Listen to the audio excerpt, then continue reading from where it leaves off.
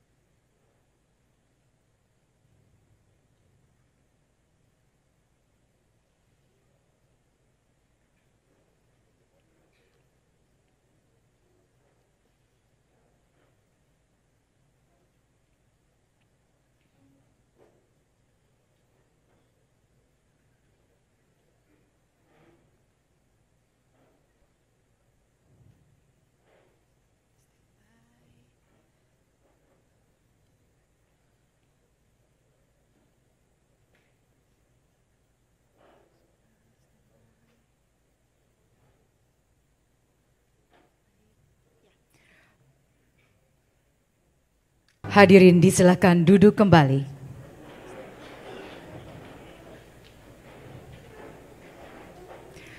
Yang terhormat Presiden Republik Indonesia dan Wakil Presiden Republik Indonesia. Yang kami hormati para pimpinan lembaga negara, para Menteri Kabinet Merah Putih, para Gubernur, Bupati, dan Wali Kota se-Indonesia, serta Bapak Ibu tamu undangan, baik yang hadir secara luring maupun daring. Assalamualaikum warahmatullahi wabarakatuh. Selamat siang dan salam sejahtera bagi kita semua.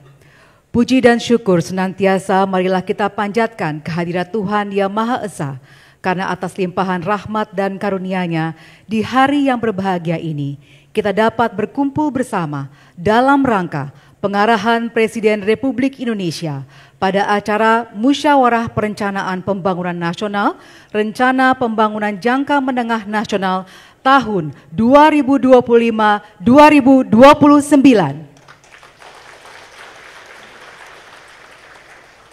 Hadirin yang kami hormati, selanjutnya marilah kita simak bersama arahan Presiden Republik Indonesia, Bapak Prabowo Subianto.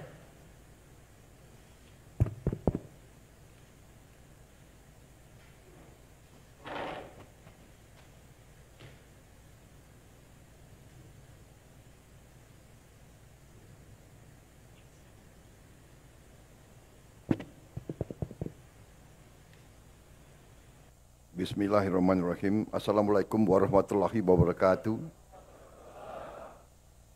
Selamat siang, salam sejahtera bagi kita sekalian. Shalom, salve om swastiastu, namo buddhaya, salam kebajikan, rahayu rahayu.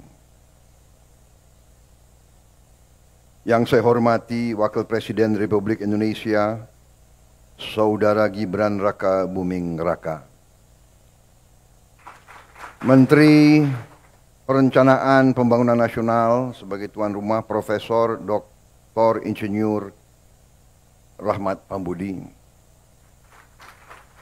Ketua Dewan Perwakilan Daerah Republik Indonesia Saudara Sultan Bakhtiar Najamuddin, Ketua Komisi Yudisial Profesor Amzulian Rifai, Ketua Badan Pemeriksa Keuangan Republik Indonesia Ibu Isma Yatun yang mewakili, Ketua Badan Legislasi DPR RI Saudara Bob Hasan,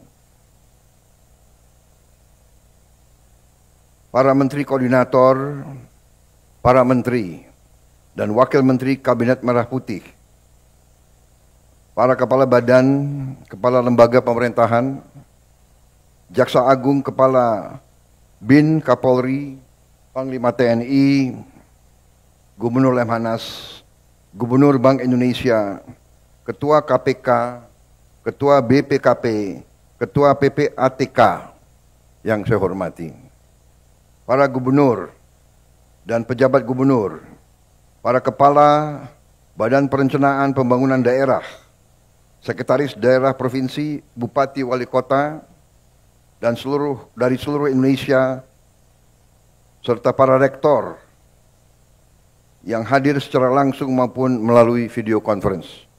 Yang saya hormati dan saya banggakan, hadirin undangan yang berbahagia. Pada kesempatan kali ini, tentunya sebagai insan yang bertakwa, marilah kita tidak henti-hentinya memanjatkan puji syukur kehadirat Allah Subhanahu wa Ta'ala, Tuhan Maha Kuasa. Kita masih diberi kesehatan, masih diberi karunia dapat berkumpul di tempat yang bersejarah ini untuk menghadiri pembukaan Musyawarah Perencanaan Pembangunan Nasional RPJMN 2025-2029, Rencana Pembangunan Jangka Menengah Nasional.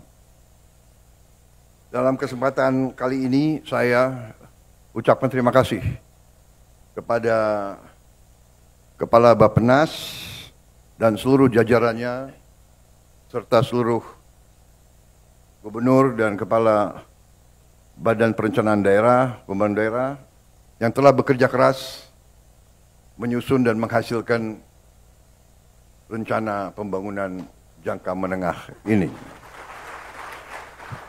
Saudara-saudara sekalian, dalam hidup bernegara ada beberapa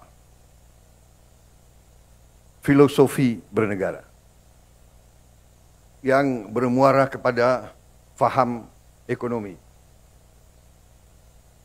Ada faham yang sangat kuat di negara-negara barat tadinya, yaitu yang berpendapat bahwa suatu pembangunan ekonomi tidak perlu direncanakan, bahkan tidak boleh direncanakan. Mereka menganut pemikiran yang disebut neoliberal sekarang, bahwa yang mendorong ekonomi adalah pasar. Pemerintah itu hanya sebagai regulator dan sebagai wasit.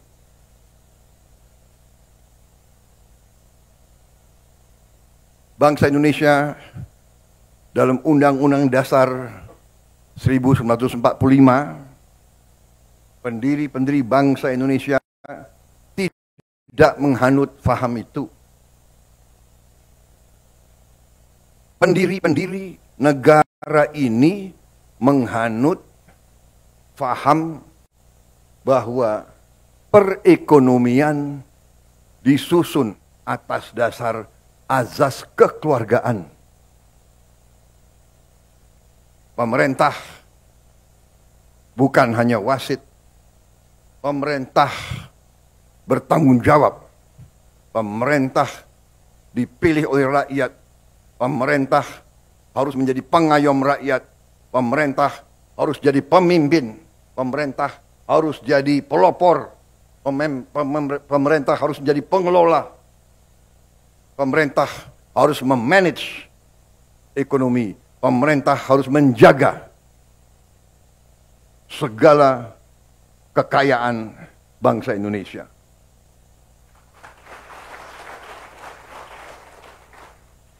Saudara-saudara, dalam pemahaman ekonomi yang kita sekarang wajib dan pantas untuk menyebut ekonomi kita ekonomi Pancasila. Bahwa ekonomi Pancasila itu adalah penggabungan antara yang terbaik dari pemahaman pasar bebas, kapitalisme, yang terbaik dari ekonomi yang direncanakan, planned economy. Itu Pancasila. Antara pasar bebas dan antara ekonomi yang direncanakan. Bahwa Presiden pertama membuat rencana pembangunan semesta 8 tahun. Kemudian Presiden kedua melanjutkan dengan rencana pembangunan 5 tahun. Bahwa kita berdiri di gedung ini, gedung Bappenas, ini mengingatkan kita bahwa ekonomi kita harus kita berpegang teguh.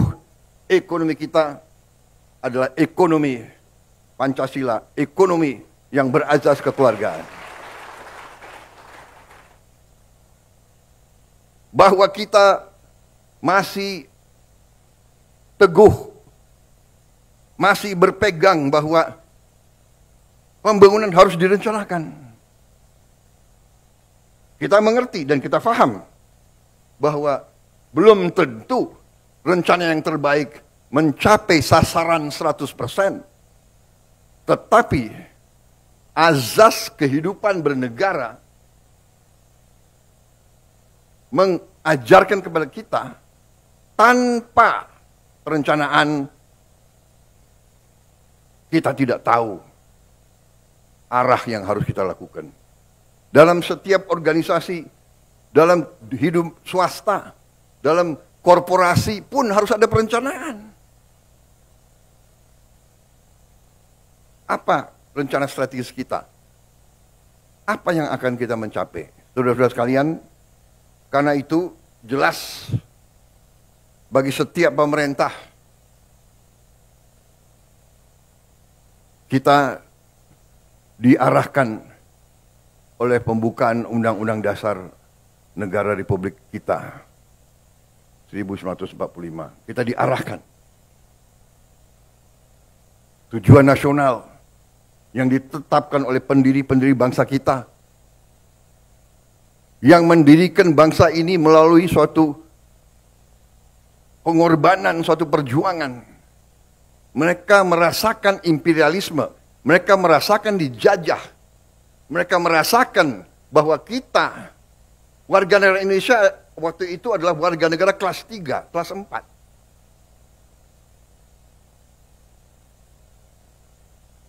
Tujuan nasional pertama, azas perlindungan, melindungi segenap bangsa Indonesia dan seluruh tumpah darah Indonesia.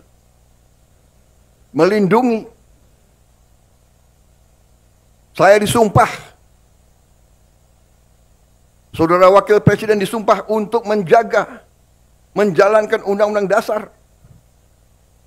Saya harus melindungi, pemerintah yang saya pimpin harus melindungi segenap bangsa Indonesia dan seluruh tumpah dari Indonesia. Dan saudara-saudara sebagai bagian dari pemerintah, saudara-saudara sebagai anak bangsa Indonesia, di bidang masing-masing, di eselon masing-masing punya tanggung jawab untuk menjalankan Undang-Undang Dasar ini.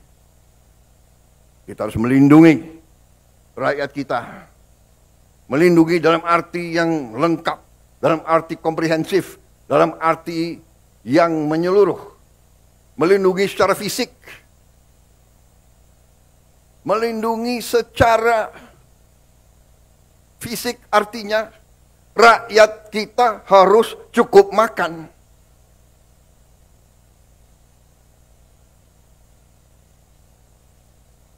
Melindungi secara fisik rakyat kita harus cukup makan.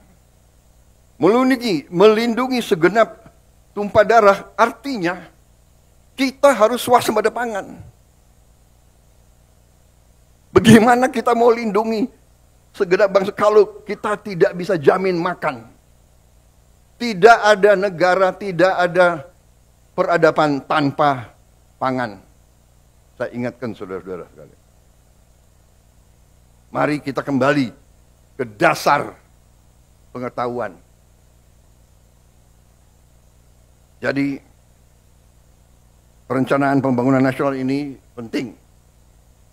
Tetapi dasar-dasarnya saya kira menjadi acuan bagi kita. Baru sesudah kita lindungi, tentunya setelah kita menjamin fisik daripada rakyat kita, kita menjamin juga sumber-sumber kehidupan rakyat kita. Kita harus jaga tumpah darah kita, tanah air kita, yang kita nyanyi itu.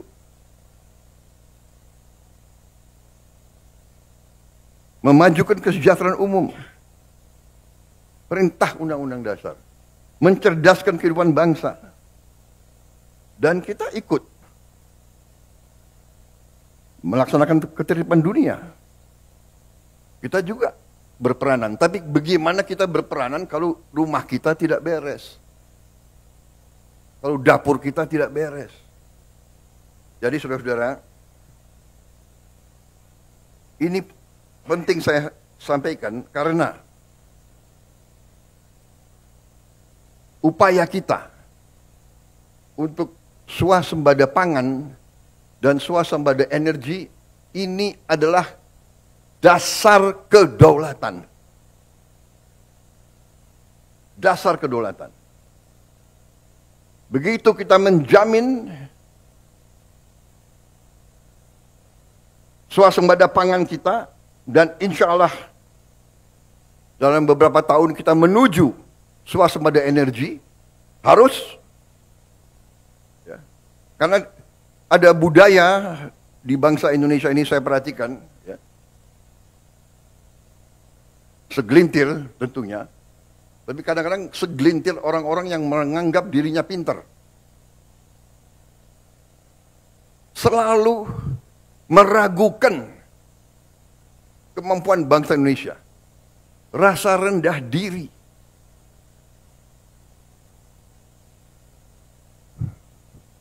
Punya gelar profesor. Sekolah di mana-mana yang terkenal. Tapi mentalnya masih mental rendah diri. Apa yang dilakukan bangsa sendiri selalu jelek. Belum kita bekerja sudah mulai nyinyir. Gitu. Ini, saudara-saudara, pemerintah yang saya pimpin tidak ragu-ragu.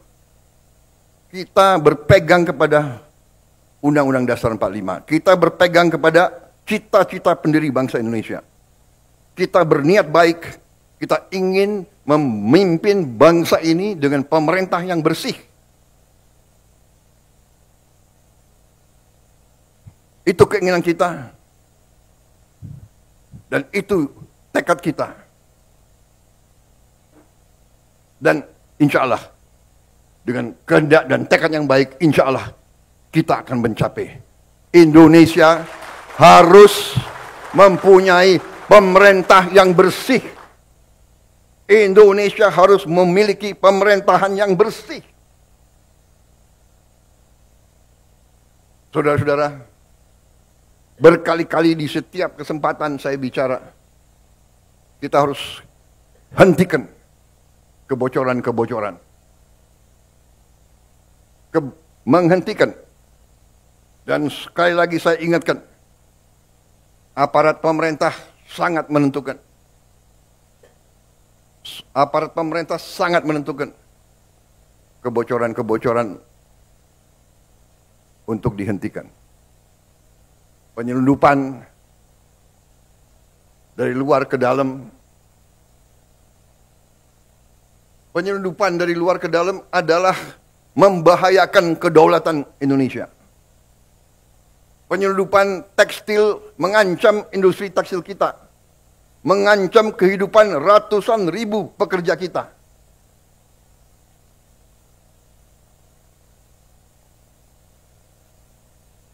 Saya nanti akan cari ahli-ahli hukum, apa wewenang yang bisa saya berikan kepada aparat.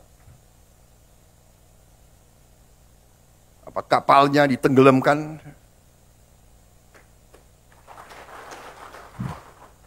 Tolong para profesor di pemerintah saya itu tolong kasih saya ya masukan. Nanti saya dibilang nggak ngerti hukum lagi. Gitu. Tapi kalau dia mengancam kehidupan rakyat Indonesia, kalau perlu kita tenggelamkan kapal-kapal itu. Dan saya mohon ya, kalau sudah jelas melanggar, jelas mengakibatkan kerugian triliunan, ya semua unsurlah. Terutama juga hakim-hakim ya, vonisnya jangan terlalu ringan lah.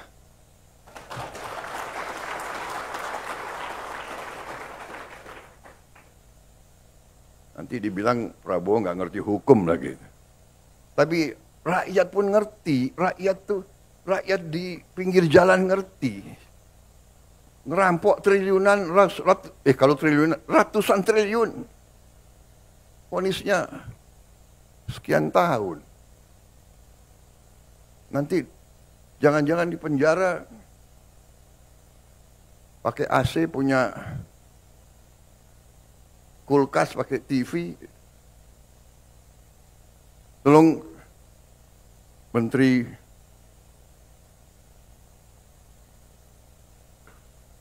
Pemasyarakatan ya, Jaksa Agung naik banding nggak? Naik banding ya? Naik banding.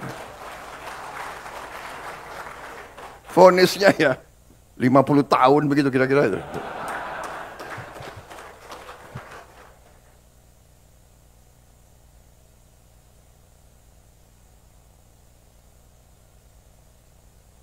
Kita semua, mari kita kembali ke jati diri kita, kembali ke 17 Agustus 45, cita-cita pendiri bangsa kita. Saya tidak mau nyalahkan siapapun, ini kesalahan kolektif kita. Mari kita bersihkan. Makanya saya katakan, aparat pemerintahan kita gunakan ini untuk membersihkan diri, untuk membenahi diri sebelum nanti rakyat yang membersihkan kita. Lebih baik kita bersihkan diri kita sendiri. Rakyat Indonesia sekarang tidak bodoh, mereka pinter-pinter. Semua orang punya gadget. Sudah lain, ini bukan 30 tahun yang lalu, ya kan? Ini bukan 20 tahun yang lalu. Jadi saudara-saudara, Musreng Bangnas ini saya gunakan kesempatan ini untuk tadi ucapan terima kasih, dan ini ada kesempatan untuk diperbaiki, saya kira ya kan, masukan dari daerah-daerah, dan juga saya minta kebesaran hati, kebesaran jiwa kita semua.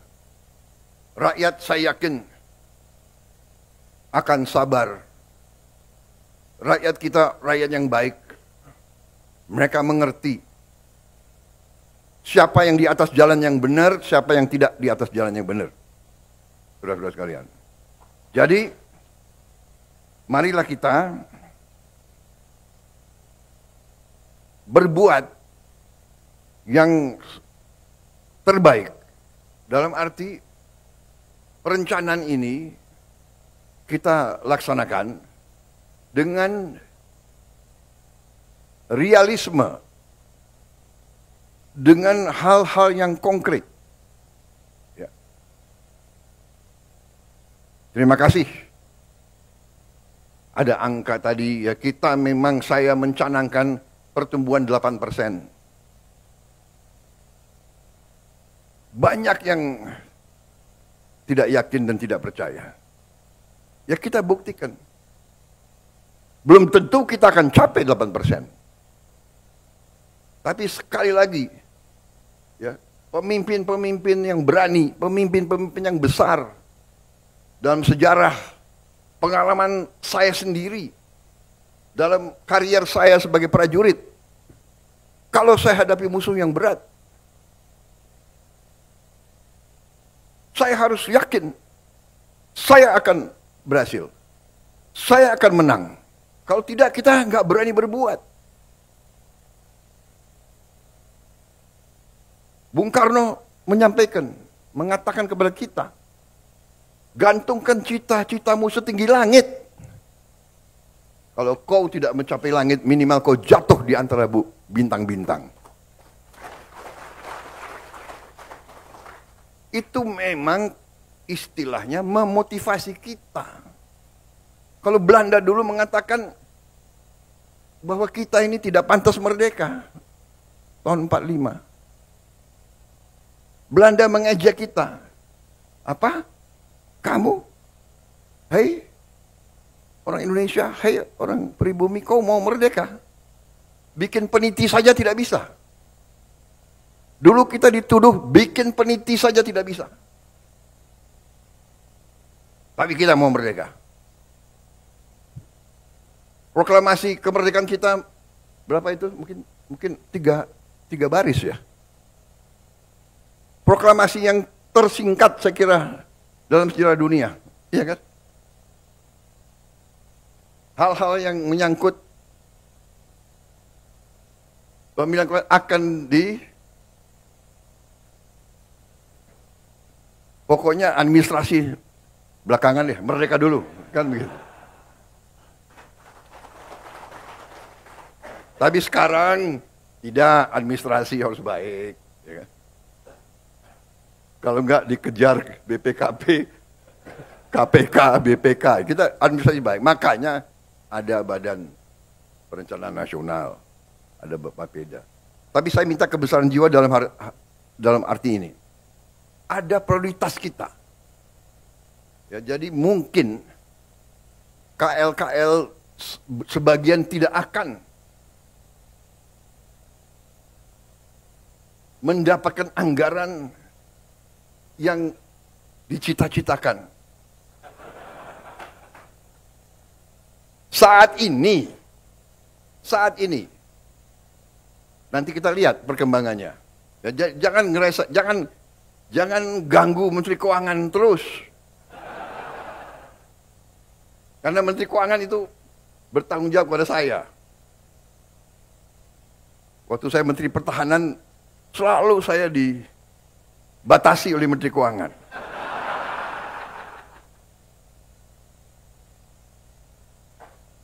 Sekarang yang lemes Pak Safri Samsudin.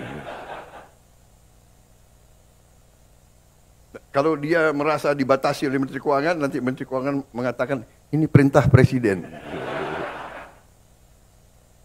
Setelah saya jadi Presiden, saya harus mikir, ya kan?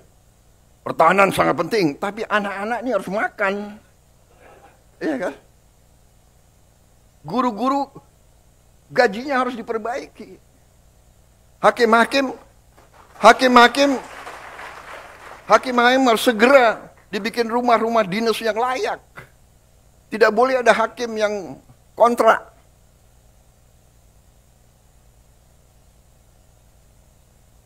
Menteri Perumahan ngangguk-ngangguk. Terima kasih Menteri Perumahan. Tambah rambut putih aku lihat kau itu. Baru 2 bulan udah. Tapi masih senyum, saya terima kasih. Jadi ini juga para gubernur, para bupati ya, yang ikut rapat ini melalui video conference, saya mohon juga jiwa besar dan kesabaran.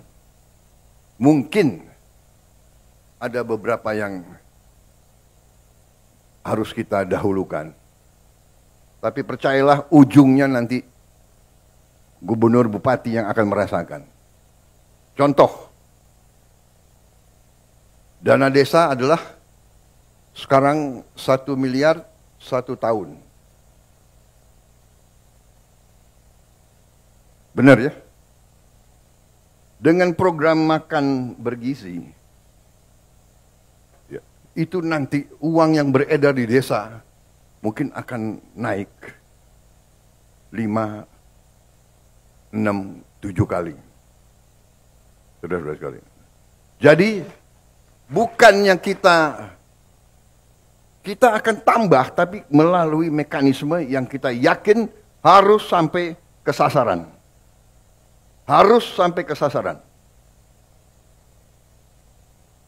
Dan untuk seluruh aparat, seluruh eselon, ya, budaya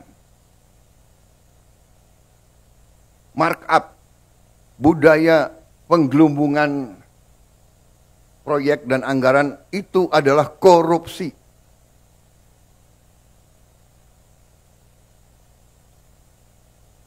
Saya ulangi, penggelumbungan markup barang atau proyek itu adalah merampok uang rakyat. Kalau bikin proyek yang nilainya 100 juta, ya 100 juta. Bikin rumah 100 juta, ya 100 juta. Jangan 100 juta dibilang 150 juta. Budaya ini harus kita kurangi, saudara-saudara. Bukan kurangi, maaf, harus kita hilangkan. Ya.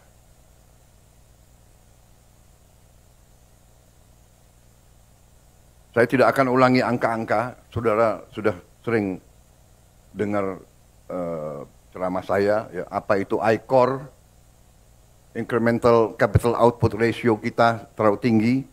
Kenapa? Ya, kebocoran. Saya juga tidak akan paparkan di sini laporan-laporan yang saya terima, kebocoran-kebocoran, kehilangan uang dari judi online, dari penyelundupan, dari illegal mining, dari illegal logging, dan sebagainya. Tidak dalam kesempatan ini, tapi pada kesempatan lain, kalau perlu, di sidang kabinet sudah saya paparkan, nanti khusus mungkin Bupati dan Gubernur saya undang khusus. Bukan saya apa-apa, saya tidak mau menurunkan moral daripada anak-anak muda kita. Tapi rakyat harus yakin, harus bertekad bahwa kita sekarang ingin melaksanakan pembangunan nasional dengan mengurangi segala bentuk kebocoran, manipulasi, markup, akal-akalan, dan sebagainya. Dan ini membutuhkan kerjasama semua pihak. Yudikatif, legislatif, pemerintahan, aparat. Semua kita harus kerjasama. Tadi saya katakan, ya, rakyat kita itu bukan rakyat yang bisa dibohongi terus. Sudah jelas kerugian sekian ratus triliun. Vonisnya seperti itu. Ya. Ini bisa menyakiti rasa keadilan.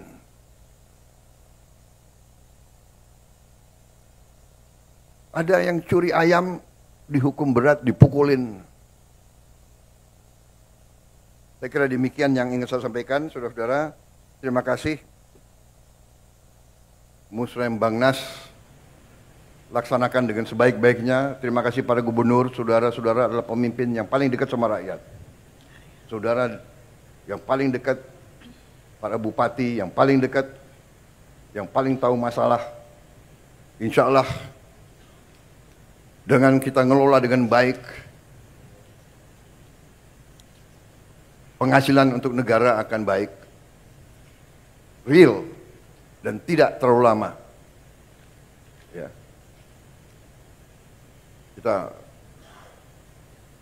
dengan tadi program digitalisasi, dengan e-government, dengan e-katalog, dengan GovTech, kemungkinan untuk penggelembungan yang gila-gilaan sudah sangat sulit.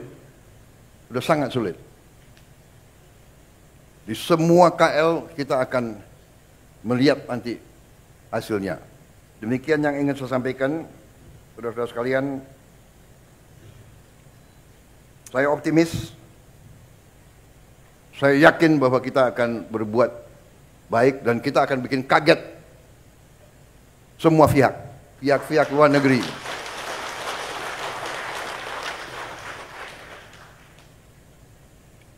Saya malah ditantang oleh ada pihak-pihak dari luar negeri yang tantang saya. Mereka yakin kita tidak mungkin 8%. Kalau mencapai 8%, saya akan dikasih makan malam gratis. Saya boleh pilih menunya. Saya akan pilih menu yang paling mahal. Tapi karena saya sudah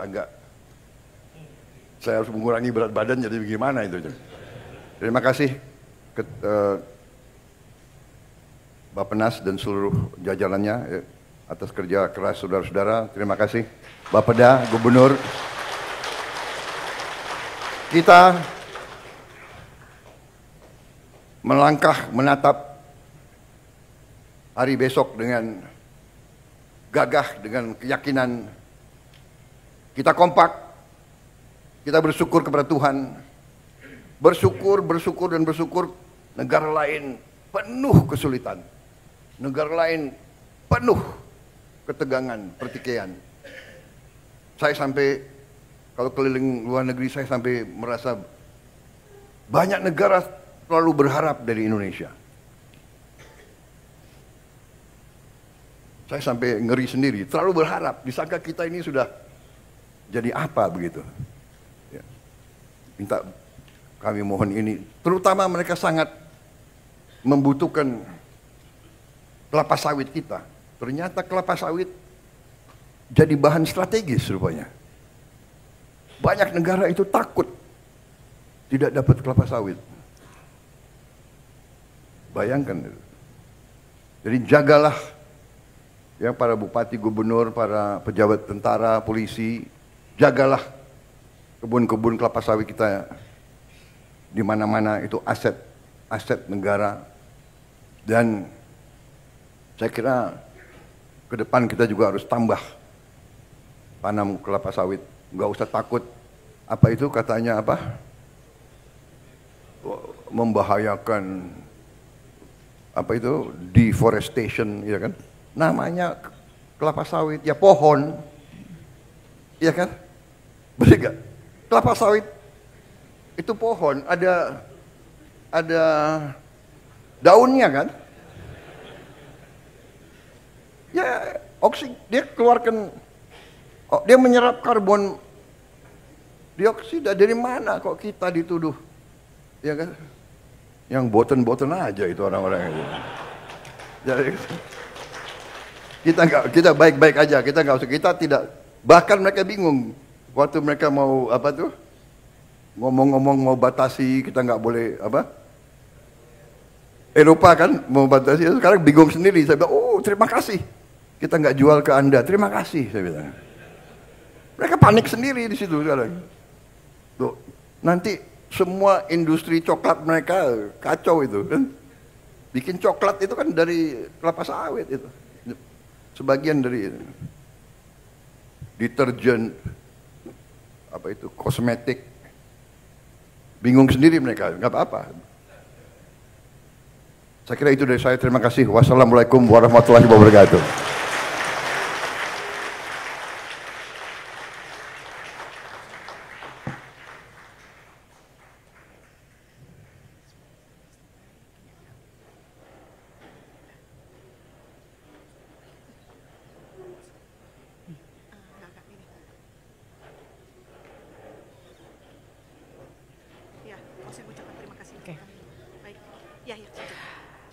Kami mengucapkan terima kasih atas kehadiran Presiden Republik Indonesia dan Wakil Presiden Republik Indonesia dalam acara pengarahan Presiden Republik Indonesia pada Musyawarah Perencanaan Pembangunan Nasional Rencana Pembangunan Jangka Menengah Nasional tahun 2025-2029.